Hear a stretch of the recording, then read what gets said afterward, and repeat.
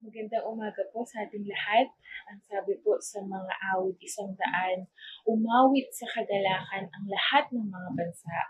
Si Yahweh ay papurihan, paglingkuran siyang kusa. Lumapit sa presensya niya at umawit ng may tuwa. Tunay nga po na kahit ano pa man po ang ating pinagdadaanan, kahit ano pa man pong pagsubok ang dumating sa ating mga buhay, kahit nasaan man po tayo ngayon, ay makakaawit po tayo ng may kagalakan sa ating Panginoon. Kaya naman po ngayong oras na ito ay ituon po natin ang ating mga puso at ang ating mga isipan sa ating Panginoon. Kung ano man po ang mga alalahanin po natin, ay bitawan po muna natin ito at ialay sa ating Panginoon. Sama-sama po tayo magpuri sa ating Panginoon sapagkat siya ay mabuti.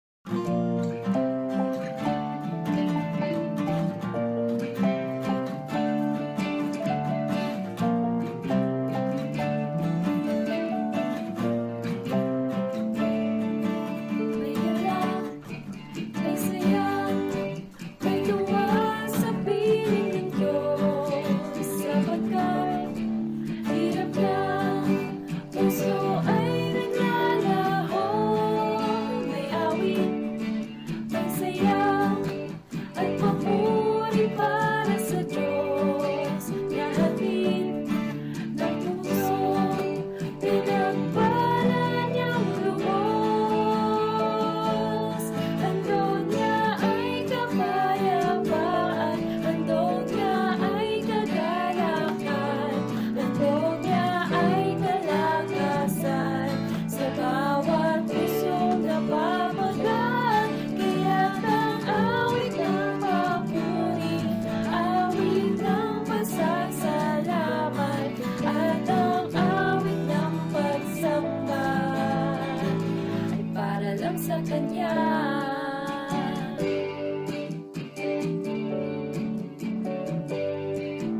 May galak, may saya, may tuwa sa piling ng Diyos. Sapagkat hirap na, puso ay naglalaho. May awit, may sayaw, at papuri para sa Diyos. Lahatin ng puso, pinagpala niyang lubos. Handog niya ay kapayapaan, handog niya ay kagalakan, handog niya ay kalakasan. Sa bawat pusong napapagaan, kaya't ang awit ng papuri, awit ng pasasalamat, at ang awit ng pagsamba ay para lang sa Kanya. Sabay-sabay po tayong umawit sa ating Panginoon. Mahal na mahal kita, Panginoon. Mahal na mahal kita, Panginoon. Kailanman sa pag-ibig mo lalapit, pagkat sa piling mo'y lagi. Mahal na mahal kita, Panginoon. Habang buhay, pagpupurihan ka. Habang buhay, maglilingkod sa'yo. Habang buhay, pag-ibig ko sa'yo iaalay. Mahal na mahal kita, Panginoon. Mahal na mahal kita, Panginoon. Kailanman sa pag-ibig mo lalapit, pagkat sa piling mo'y lagi. Mahal na mahal kita, Panginoon. Kailanman sa pag-ibig mo lalapit, pagkat sa piling mo'y lagi. Mahal na mahal kita, Panginoon.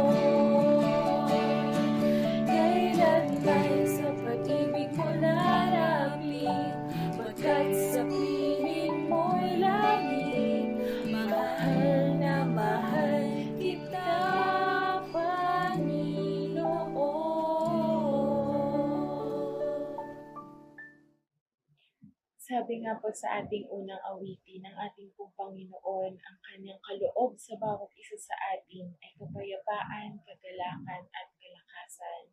Napakasarap lamang pong isipin na sa buhay po natin dito sa mundo, mayroon po tayong Diyos, meron po tayong Ama, na pawang kabutihan lamang po ang hangad sa bawat isa sa atin. Kaya naman po bilang mga anak niya, tayo po ay patuloy na umawit sa ating Panginoon. Patuloy po natin ipahayag na sa buhay po natin dito sa mundo, siya lamang po ang tanging kailangan natin. Siya ay sapat at ang kanyang presensya ay palaging nasa sa atin. Purihin at pasalamatan po natin ang ating dakilang Diyos.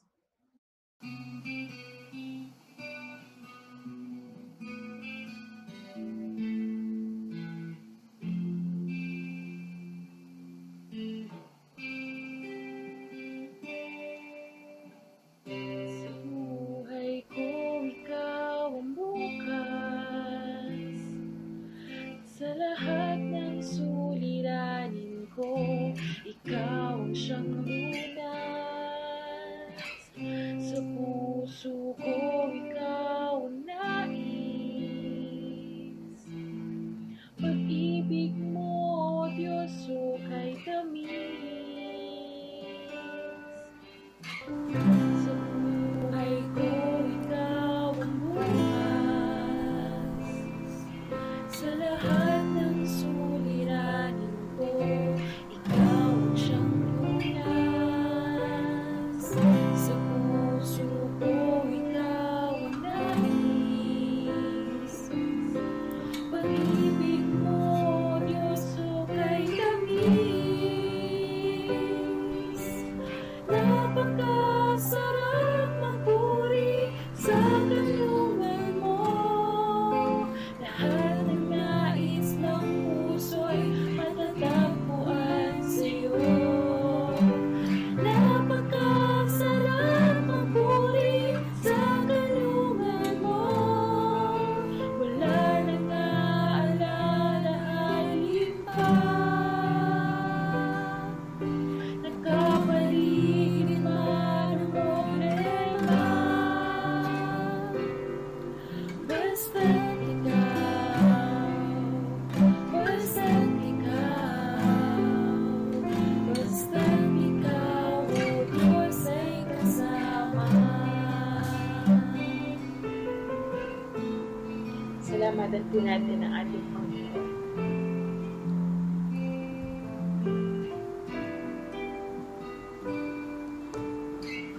Sa buhay ko, ikaw ang bukas.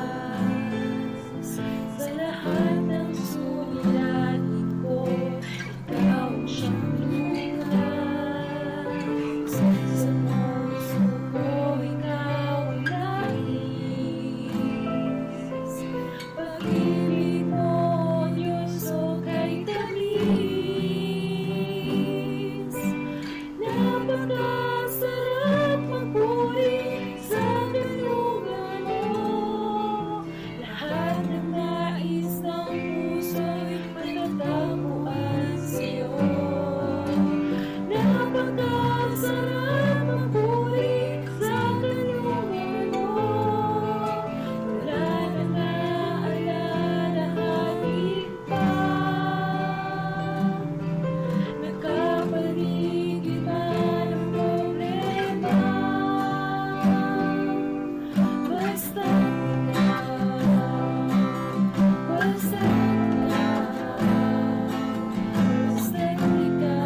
o Diyos ay kasama.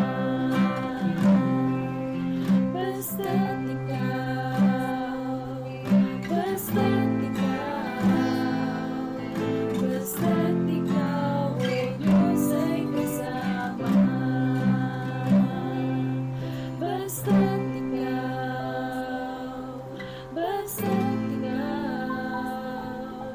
Basta't ikaw, o Diyos ay kasama.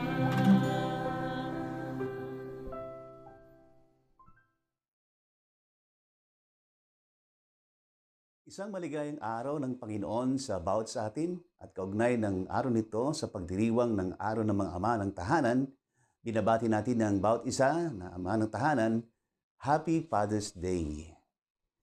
Sa atin pong pagbubulay-bulay ng salita ng Diyos, babasahin po natin mula sa aklat ni Mateo kabanatang 8, mga talatang 18 hanggang 34. Mateo, kabanatang 8, mga talatang 18 hanggang 34. Samahan po niyo akong basahin ito mula sa isang salin sa Tagalog at ganito po yung ating mababasa. Mateo, kabanatang 8, talatang 18 hanggang 34. Nang makita ni Jesus ang napakaraming tao sa palibot niya, ipinag-utos niyang tumawid sa kabilang pangpang. Lumapit ang isang skriba at nagsabi sa kanya, "Guro, susunod ako sa iyo saan ka man magtungo." Sinabi ni Jesus sa kanya, "May mga lungga ang mga asong gubat at ang mga ibon sa himpapawid ay may mga pugad, ngunit ang anak ng tao ay walang mapagpapahingahan ng kanyang ulo." Isa pa sa mga alagad ay nagsabi sa kanya, "Panginoon, hayaan mo munang akong makauwi at mailibing ko ang aking ama." Ngunit sinabi sa kanya ni Jesus, "Sumunod ka sa akin at hayaan mong ang mga patay ay maglibing sa sarili nilang mga patay." Nang makasakay na si Jesus sa bangka, sumunod sa kanya ang kanyang mga alagad at dumating ang isang malakas na bagyo sa dagat, anupat matatabunan ng alon ang bangka. Ngunit siya ay natutulog.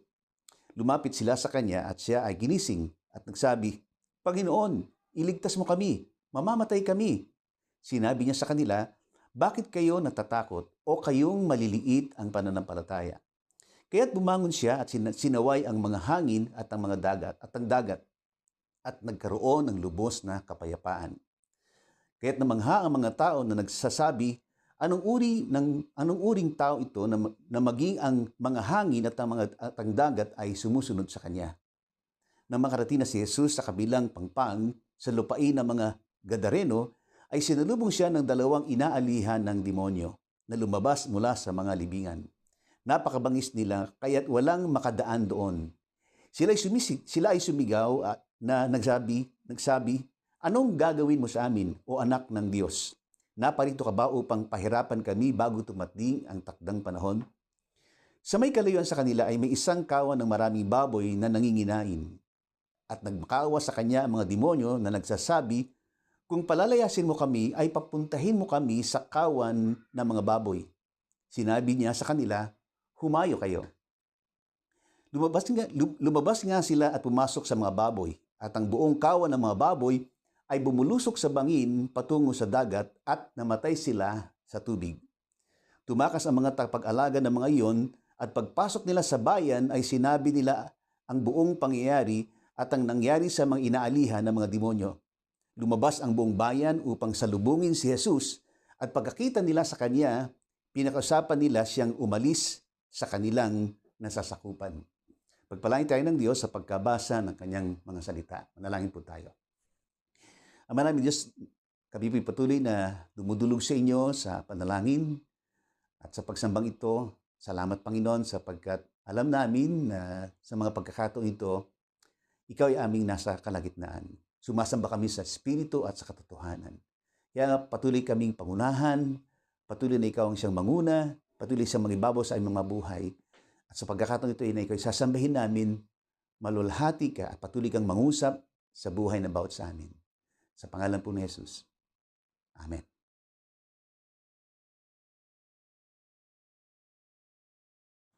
Well, simula pa lamang ng kabanatang 8, mababasa na po natin ang pagsunod sa Panginoon ng napakaraming tao.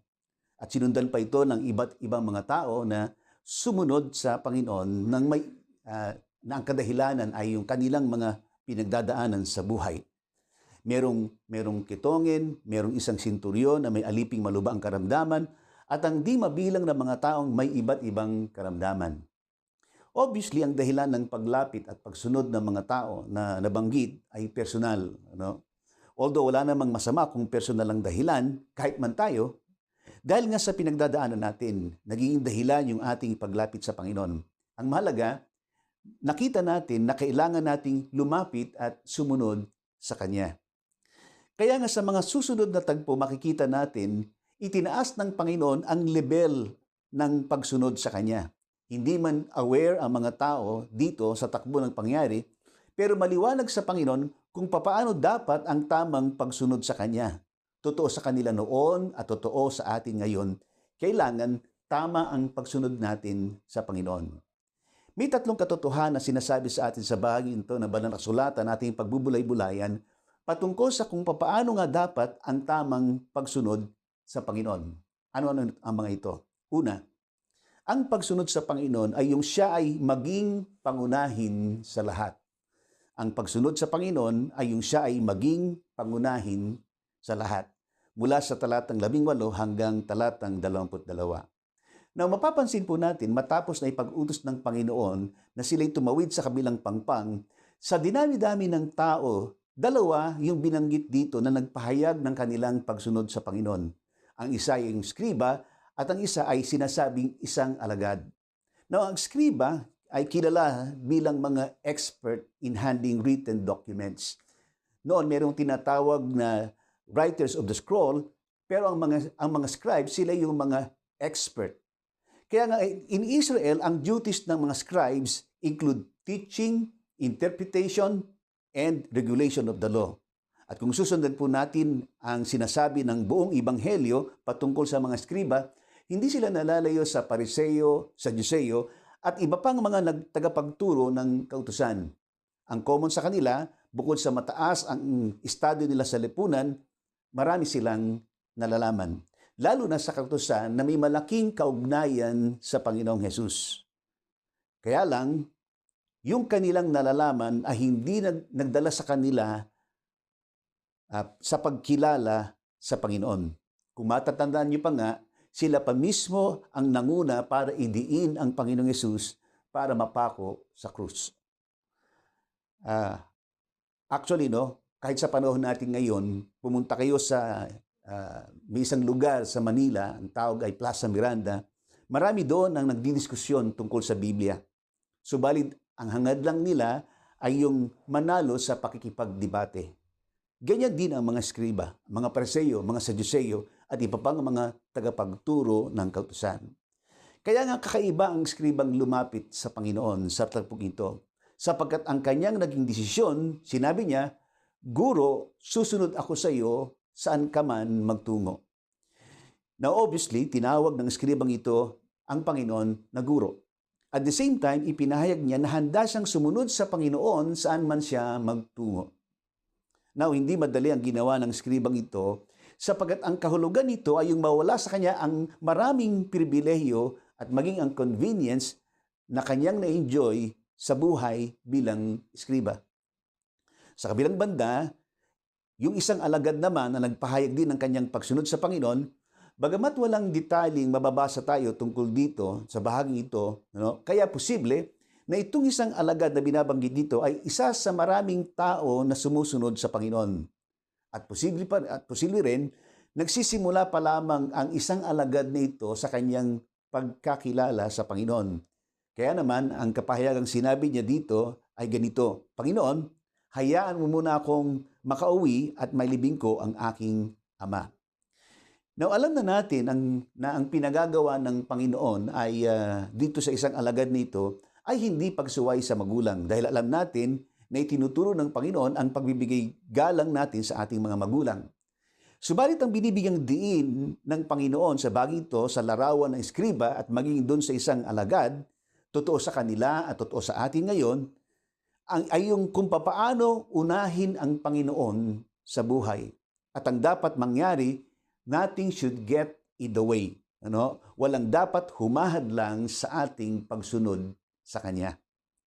Kaya kung meron man tayong kailangang isang tabi sa buhay, ito man ay karangalan, kalagayan sa buhay, at maging anumang pagkilala o pinahalagahan natin sa buhay, handa nating isang tabi at gagawin natin yan sapagkat siya ang dapat maging pangunahin sa lahat.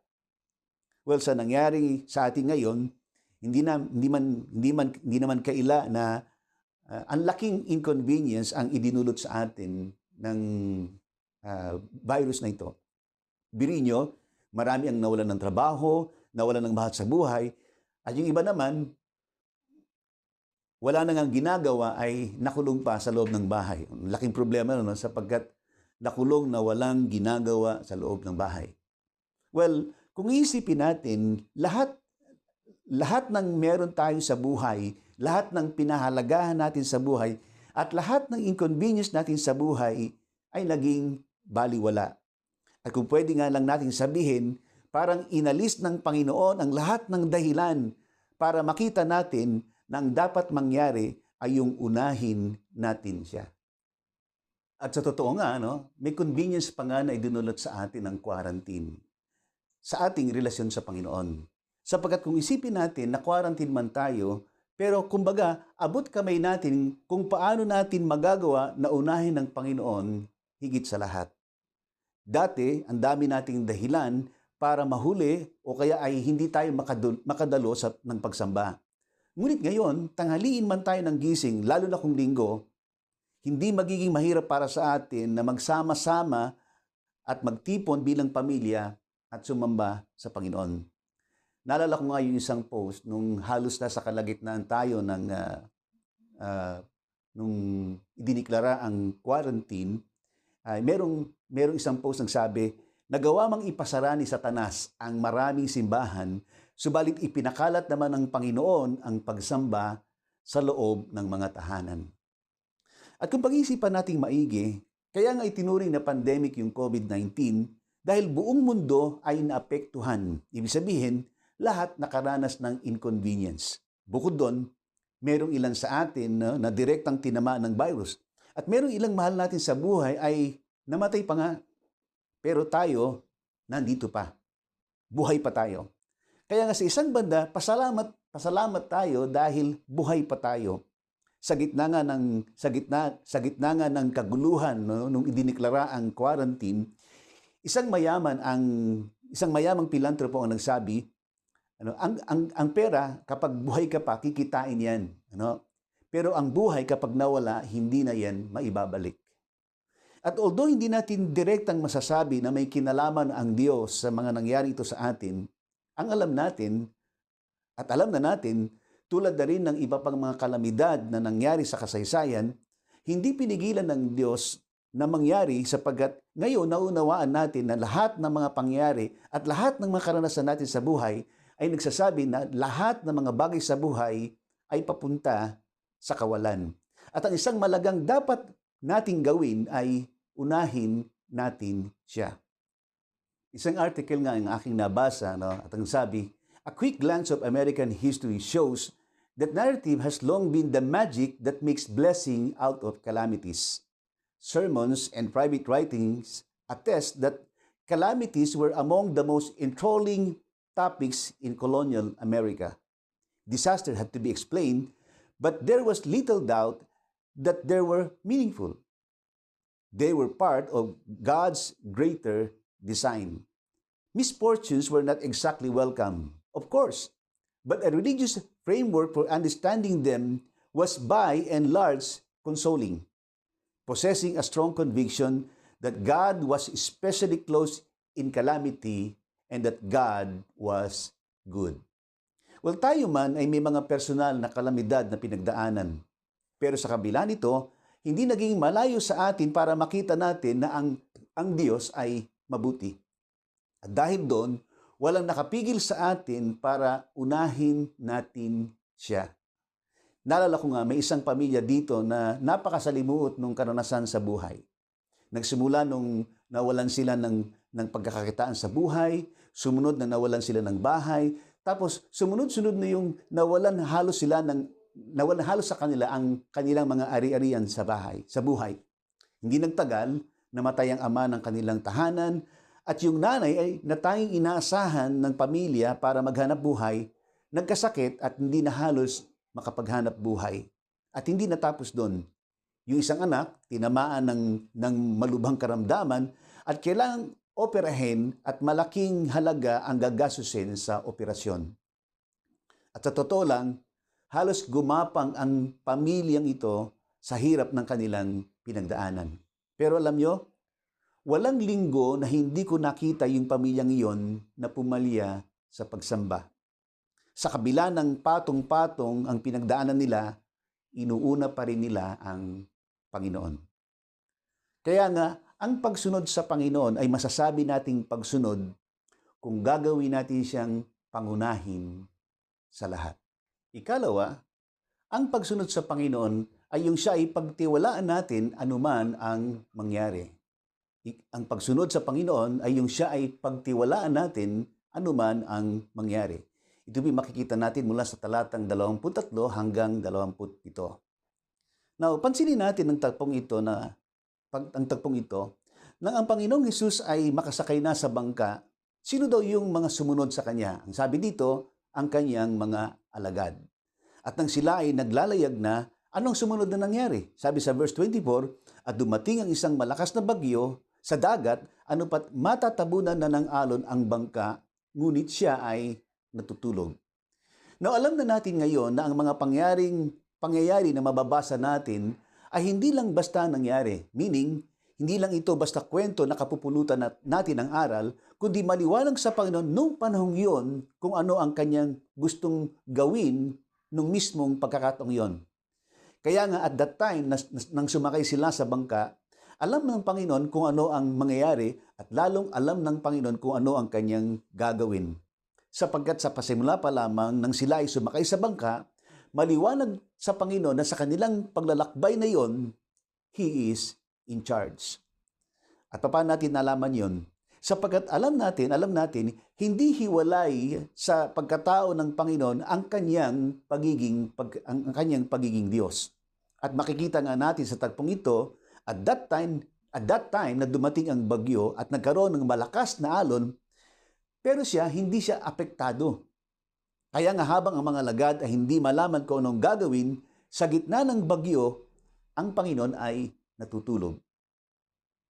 Kaya nga nung gisingin siya ng mga alagad nang sila'y humingi ng tulong, nung harapin niya ang bagyo at ang alon, kahit ang mga ito ay sumunod sa kanya.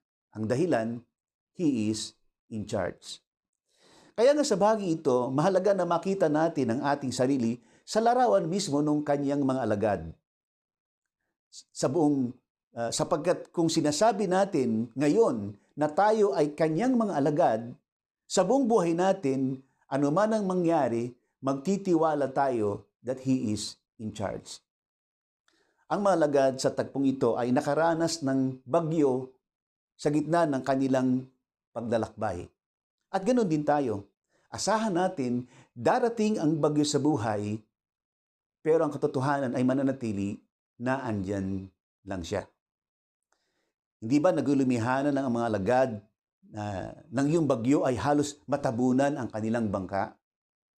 Actually, ang sabi dito, hindi lang sila nagulumihanan. Dumating pa sa punto na inisip ng mga alagad na mamamatay na sila noong pagkakataong yon. Ang sabi sa verse 25, lumapit sila sa kanya at siya ay ginising at nagsabi, Panginoon, iligtas mo kami, mamamatay kami.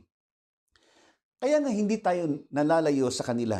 Tulad nila, nag-aalala din tayo. At umaabot din tayo sa sukdulan ng ating mga karanasan. At kaya tayo nahihirapan tulad ng mga alagad. Nakita nila na natutulog ang Panginoon, pero hindi nila nakita na naandyan lang siya. Ganyan tayo. Mas nakikita natin kung ano ang problema, nakakaligtaan natin na naandyan lang siya. Dapat ang ating pananampalataya ay magdala sa atin na kahit anong laki ng problema ang kakaharapin natin, mas malaki pa rin ang Diyos na pinagtitiwalaan natin. Kaya nga magkaroon man tayo ng pag-alinlangan dahil sa mga nangyayaring masama sa buhay natin, subalit hindi ito dapat maging dahilan para tayo hindi magtiwala that He is in charge. Dahil ang totoo na andyan lang siya. Ang sabi ng isang manunulat, stress happens when we forget that God is in charge. Pansinin natin, kapag nagkakaroon ng stressing events sa buhay natin, naapektuhan tayo because in the first place, we take charge. Totoo, nakakaranas tayo ng anumang kabigatan sa buhay. Pero hindi dapat ito magiging hadlang para magtiwala tayo na naandyan lang siya. At kapag naandyan siya, ang ibig sabihin nun, He is in charge. Kaya nga may nagsabi, the last thing that I will not give up is hope. Maring sukdulan ng ating mga kabigatan, ngunit hindi tayo dapat mawalan ng pag-asa. Si Brian Acton, isang kilalang tao sa ating kapanahunan, at the early years ng Apple ay nagtrabaho siya at pagkatapos nun ay kinuha naman siya ng Yahoo. Pero pagkatapos nun ay umalis uli siya sa Yahoo at pinagpatuloy niya ang kanyang pag-aaral sa bagong teknolohiya. And then matapos siya ng kanyang pag-aaral ay nag-apply siya sa dalawang pinakamalaking social media network, yung Facebook at saka yung Twitter.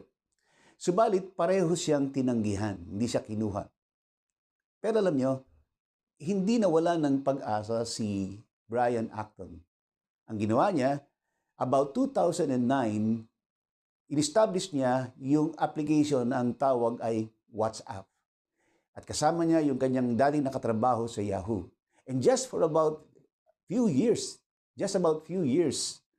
ang WhatsApp ay naging pinaka malaking messaging application in the world at nalagpasan niya ang Messenger na pag-aari ng Facebook.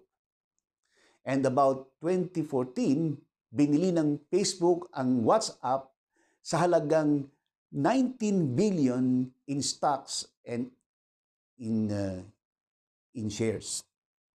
Now, hindi ko alam kung itong si Brian Acton ay isang believer, kung siya ay isang mananampalataya. But one thing na very important sa buhay niya na ipinakita niya, and that is not to lose hope.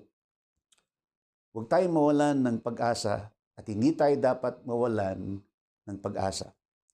Lalo na tayo na nagtitiwala sa Diyos na alam natin hindi tumitigil ng paggawa sa buhay natin. Kaya nga, magagawa natin sabihin that God will make a way sapagkat kahit anong mangyari, makakaasa tayo na naandyan lang siya, and He is in charge. May isang pamilya dito na yung kanilang anak ay scheduled to have a kidney transplant operation and supposed to be, this was supposed to be last April. Actually, ang dami ng rescheduling ang nangyari because the family is hoping that there will be a miracle that God would reconstruct the kidney of their child. And yet, God may have a different plan because yung kidney nung kanilang anak ay hindi pa maging stable. Minsan okay, minsan ay hindi okay. Kaya still, ang decision ng doctor is that operation must take place. Pero nung dumating ang March, nagkaganito ang situation natin and up to now, at dahil ongoing ang danger ng COVID-19, operation has to be delayed with indefinite schedule. Well, ano sa palagay nyo ang nangyayari ngayon sa pamilyang yon? Sa totoo lang, because we're so very much involved with the family, ang kwento nila is that every day is like a miracle. Ang prayer natin, sana there will be no more operation to take place. Yun yung prayer natin. But soon, operation must take place. Pero alam nyo how this family are sustained? Well, because they believe that God is in charge. At yun ang dapat mangyari sa atin. Lalo na sa Panginoon, magtitiwala tayo na naandyan lang siya. Because in the first place, He is in charge. Ang pagsunod sa Panginoon ay yung siya ay pagtiwalaan natin anuman ang mangyari. Ang ikatlo at ang panghuli, ang pagsunod sa Panginoon ay yung tayo ay magpasakop sa Kanya kahit hindi natin maunawaan ang Kanyang pamamaraan. Ang pagsunod sa Panginoon ay yung tayo ay magpasakop sa Kanya kahit hindi natin maunawaan ang Kanyang mga pamamaraan. Ito'y makikita po natin sa talatang 28 hanggang 34. No, ang pangyari sa tagpong ito ay hindi pangkaraniwan dahilan sa dalawang bagay. Una, meron ditong sinasabing dalawang inaalihang masamang espiritu. Well, previously, bago pa dumating ang Panginoon, wala namang ganyang pangyayari. Kung meron man, hindi ganito ka-obvious. Kaya naman, yung mga tao, bukod sa iniiwasan na lang dumaan sa lugar na yon, napupuno sila ng takot dahilan sa ang description ng inaalihan ng masamang espiritu, ang sabi dito ay mabangis. At Ikalawa, meron ditong binanggit na mga kawan ng maraming baboy. Ang tanong, bakit merong baboy sa lugar na yon? Sa mga Hudyo, bawal na bawal ang mga baboy. Well, actually, walang paliwanag na makikita tayo sa mga talata, liban sa sinasabi ng ilan na mari ang lugar na yon ay pinaninirahan ng mga hindi Hudyo. Well, ang magandang makita natin dito later ay ang kaugnayan ng inaalihan ng masamang spirito at ang maraming baboy doon sa takbo ng pangyayari. No, ayon nga sa mababasa natin, ang mga tao sa lugar na iyon ay nababalot ng takot dahil sa bukod sa mabangis, ay wala silang magawa sa presence nung nabanggit na inaalihan ng masamang espiritu. Now, ang pangyayaring ito ay may kaparehas na kwento sa Ebanghelyo ni Mark at saka ni Luke.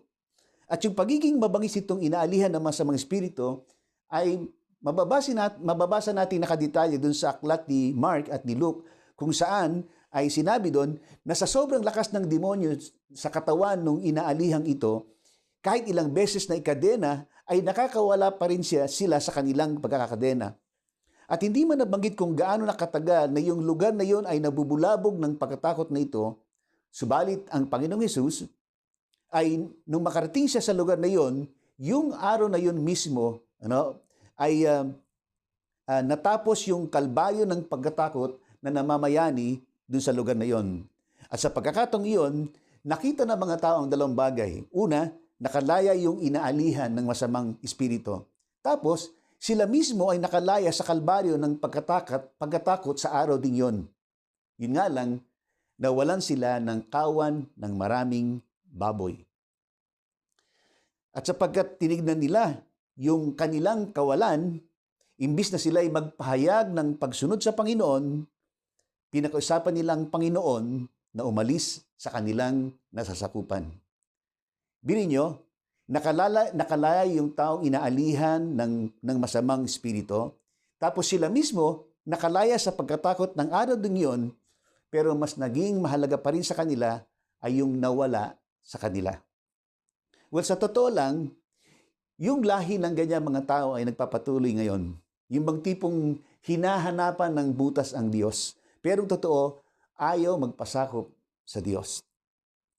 Well, mahirap mang isipin kung bakit yung kawan ng mga baboy ay nawala o namatay. Pero kung titingnan natin maigi, ang mga demonyo ang nakiusap sa Panginoon sa mga baboy na doon sila sumanib. Ang tanong, bakit hindi sila sa tao sumanib? Now, isipin natin to. Bakit ang mga demonyo, nung lumipat sila sa mga baboy, yung mga baboy agad ang ginawa ay namatay. Pero yung mismong inaalihan ng demonyo, kung gaano man katagal na sila inaalihan ng demonyo, hindi sila katulad ng baboy na nagpakamatay agad. At nung mga demonyo ay nakiusap sa Panginoon na sumanib sa mga baboy, hindi pinili ng mga demonyo na lumipat na lang sa kung sinong tao ang naandon. Well, isipin po natin to. Ito po medyo sarcastic pero sasabihin ko po, Kasi kahit gaano man nagkadimo-demonyo ang buhay natin, kapag sa kabilang banda ng lahat ay buhay pa tayo, ibig lang sabihin yan, may awa ang Diyos sa atin. Kaya nga parang ganun din sa mga nangyari sa buhay natin ngayon. Sabihin na natin merong nawala, at maraming nawala sa atin. Nawalan tayo ng mahal sa buhay, nawalan tayo ng trabaho, nagkasakit ang mahal mo sa buhay, tapos ikaw din nagkasakit. Kumbaga, nagkadimo-demonyo ang buhay natin. Dagdag pa doon ang walang tigil at sunod-sunod na iba't ibang problemang dumarating. Pero ang tanong, bakit sa kabila ng lahat, na-spare pa rin tayo? Bakit sa kabilang banda ng lahat ng nangyari ay buhay pa rin tayo? Alam niyo ang sagot? May awa ang Diyos sa atin. At ang pinakamalaking dahilan yan, tapat ang Diyos. Sabi sa Lamentations chapter 3 verse 22 and 23. Ito po ay sa lumang salin ng Tagalog. Sabi doon, sa mga kaawaan nga ng Panginoon ay hindi tayo nalipol, sapagkat ang kanyang mga habag ay hindi nauubos. Ang mga bago tuwing umaga, dakila ang iyong pagtatapat. Sa English version, sa NIV particularly, ganitong sabi, because of the Lord's great love, we are not consumed. For His compassions never fail. They are new every morning. Great is your faithfulness. Meaning, kahit bilangin natin ang lahat ng kawalan sa buhay, pero yung malaman natin, yung malaman natin na buhay pa tayo, meaning sapat na malaman natin na buhay pa tayo para maunawaan natin tapat ang Diyos. Noong nakarang araw ay meron akong naipost sa aking FB account at ganito po yung sinasabi. Hindi man tayo makakaiwas sa iba't ibang klase ng pagsubok sa buhay, nakakatiyak naman tayo na hindi tayo pababayaan ng Diyos sapagkat siya ay tapat. Nang ang Panginoong Hesus ay pumunta sa lugar kung saan nandoon ang inaalihan ng masamang espiritu, habang ang mga tao doon ay pasa ng kalbaryo ng pagkatakot araw-araw dahil sa wala silang magawa sa bangis ng demonyong umaalipin doon sa tao. Well, ano ba ang kinalaman ng Panginoon sa lugar na yon? Wala. Pero meron bang mabuting ginawa ang Panginoon? Meron. At sa kabilang banda ng kawalang utang na loob ng mga tao, ang Panginoon ay nanatiling tapat. Ganon din sa atin. Sa katotohanan, wala namang kinalaman ang Diyos talaga sa atin. Sabi nga ng awit, Kabanatang 8, talatang 4, ano ba ang tao upang iyong pahalagaan? O ang anak ng tao na iyong pangalagaan? Kaya nga sa kabilang banda ng mga nangyayari, pero kung buhay pa tayo ngayon, ibig lang sabihin yan, tapat ang Diyos. Kaya nga ang pinakamabuting gawin natin, kahit meron pa tayong hindi maunawaan, lalo na sa mga paraan ng Diyos, ang dapat nating gawin ay ipasakop natin sa Kanya ang ating mga buhay.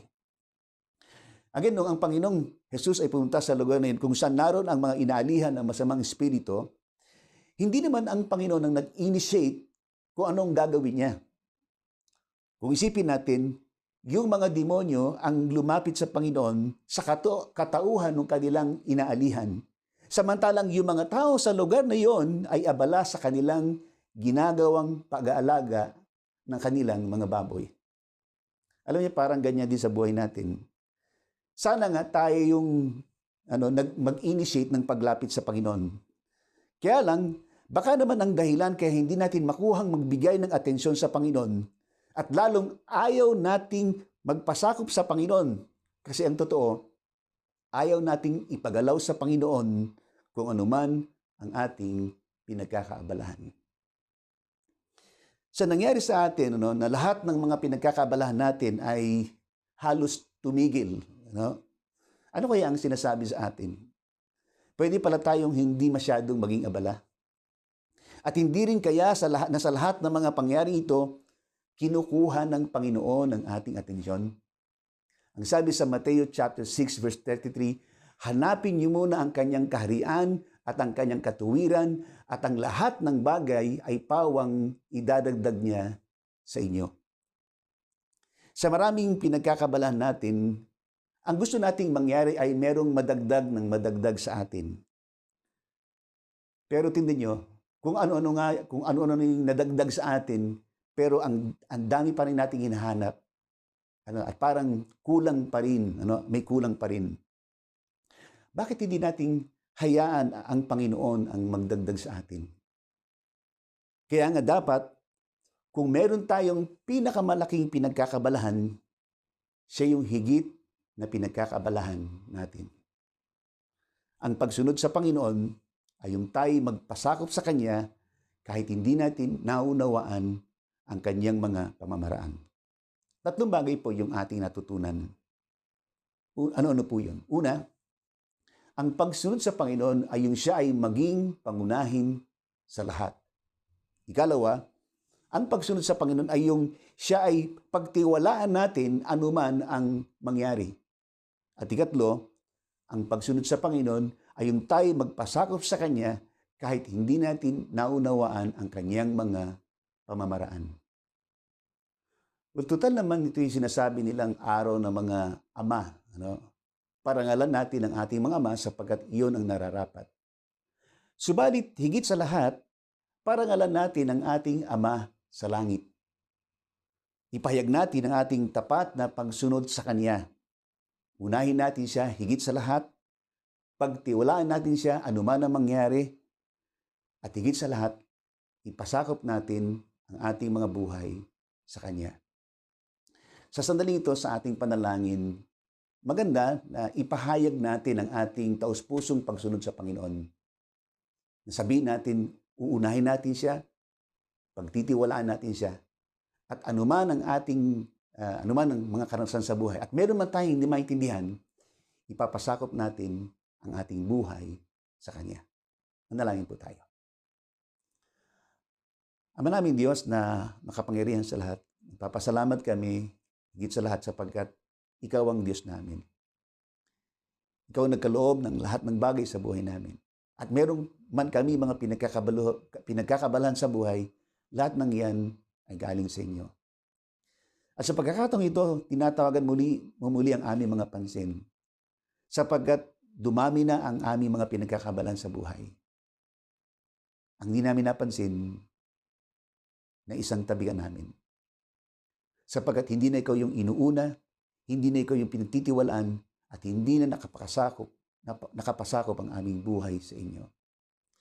Kaya nga sandali ito, Panginoon, tingnan mo yung aming mga buhay. Salisigin mo kami, Panginoon, kung ang aming pagsunod sa iyo ay totoong tapat. Panginoon, nagpapasalamat kami sapagkat patuloy kang gumagawa sa buhay namin.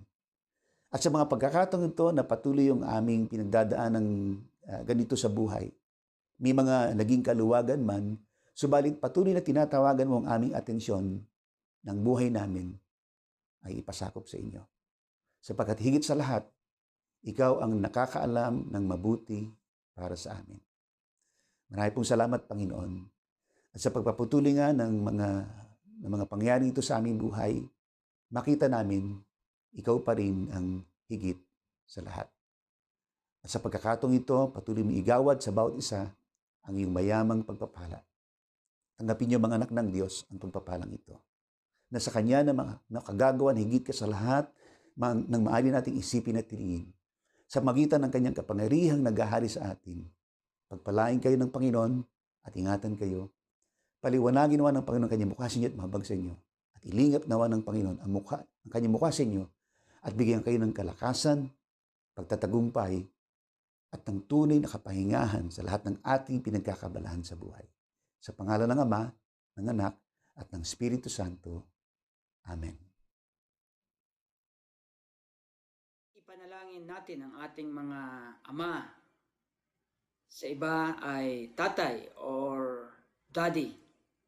Ano man ang ating tawag, alam natin mga kapatid, higit nilang kailangan ang ating panalangin. Sa nakaraang SWS survey on the quality of life for the past 12 months, 83% of the respondents said, and I quote, their lives have worsened. End of the quote. Among others, alam natin mga kapatid, the fathers are in the front line, not only in protecting but also preserving their family from getting worse, especially this time of pandemic. So join me in praying for all our Bread from Heaven Christian Fellowship fathers and also all the brethren. I encourage the children to sit beside your fathers and pray with me. But let me first read to you Psalms 103 verse 13, 17 to 19. As a father shows compassion to his children, so the Lord shows compassion to those who fear him. The steadfast love of the Lord is from everlasting to everlasting on those who fear him, and his righteousness to children's children. To those who keep his covenant and remember to do His commandments. The Lord has established His throne in the heavens, and His kingdom rules over all.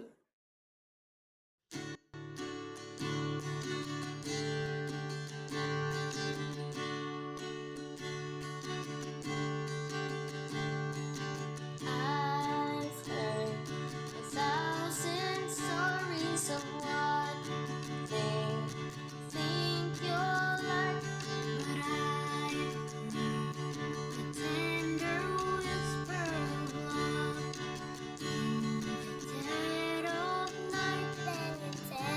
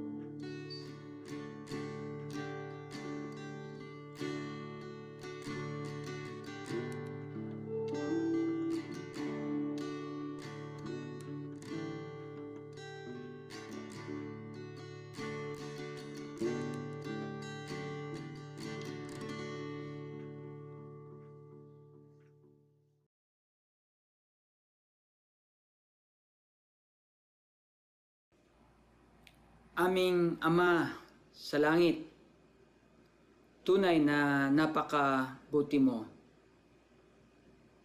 Ang iyong pag-ibig hindi magbabago. Ang pag-ibig mo noon, sa panahon ngayon na kami ay nasa ilalim ng community quarantine, sa panahong ito na maraming ama na walang hanap buhay, sa panahong ito na maaaring merong mga ama na merong karamdaman, sa panahong ito na merong ama na nag-aalala, sa panahong ito na maraming ama na naapektuhan ng pandemic, lumalapit po kami sa iyo. Abutin mo po ang lahat ng mga ama, hindi lamang sa Bread from Heaven Christian Fellowship, kundi lahat ng mga brethren, saan mang lugar, saan mang dako. Sa oras pong ito, lumalapit kami sa iyo. Alam po namin, aming Ama, higit sa okasyon na ipinagdiriwang ang Father's Day, kailangan ng lahat ng mga ama ang aming mga panalangin. Kailangan ng aming mga ama ang iyong tulong. Kailangan ng aming mga ama ang iyong awa. Kung kaya't nakikiusap po kami, protektahan mo po at patuloy mong ingatan ang bawat pamilya na pinagsisikapan ng lahat ng ama na gabayan, tulungan, protektahan, lalo na po sa panahong ito na merong pandemic. Aming Ama, dalangin po namin kasabay ng iyong tulong upang gabayan ang lahat ng ama. Nakikiusap po kami. Protektahan mo din po ang kanilang mga buhay. Kalakasan ng katawan, patuloy na kagalingan, patuloy na pagpuno sa kanilang mga pangailangan, at patuloy na pagsubaybay sa kanilang mga balakin pa sa buhay. Ikaw na aming Ama na mabuti, ikaw na aming Ama na dakila, ikaw na aming Ama sa langit. Nakikiusap po kami, sa oras pong ito, abutin mo ang bawat ama. Bigyan mo po sila ng kapayapaan. Bigyan mo po sila ng karunungan. Ano man ang kanilang mga plano pa sa buhay, hindi lamang para sa kanilang sarili, kundi para sa kanilang mga pamilya. Papagtagumpayin mo po sila, aming Ama. Kasabay nito, aming Ama, tulungan mo po na patuloy pang lumagong espiritual ang lahat ng aming mga ama upang sa pamagitan ng kanilang buhay, Panginoon, ay mailapit ang kanilang pamilya sa ilalim ng iyong awa at ng iyong biyaya.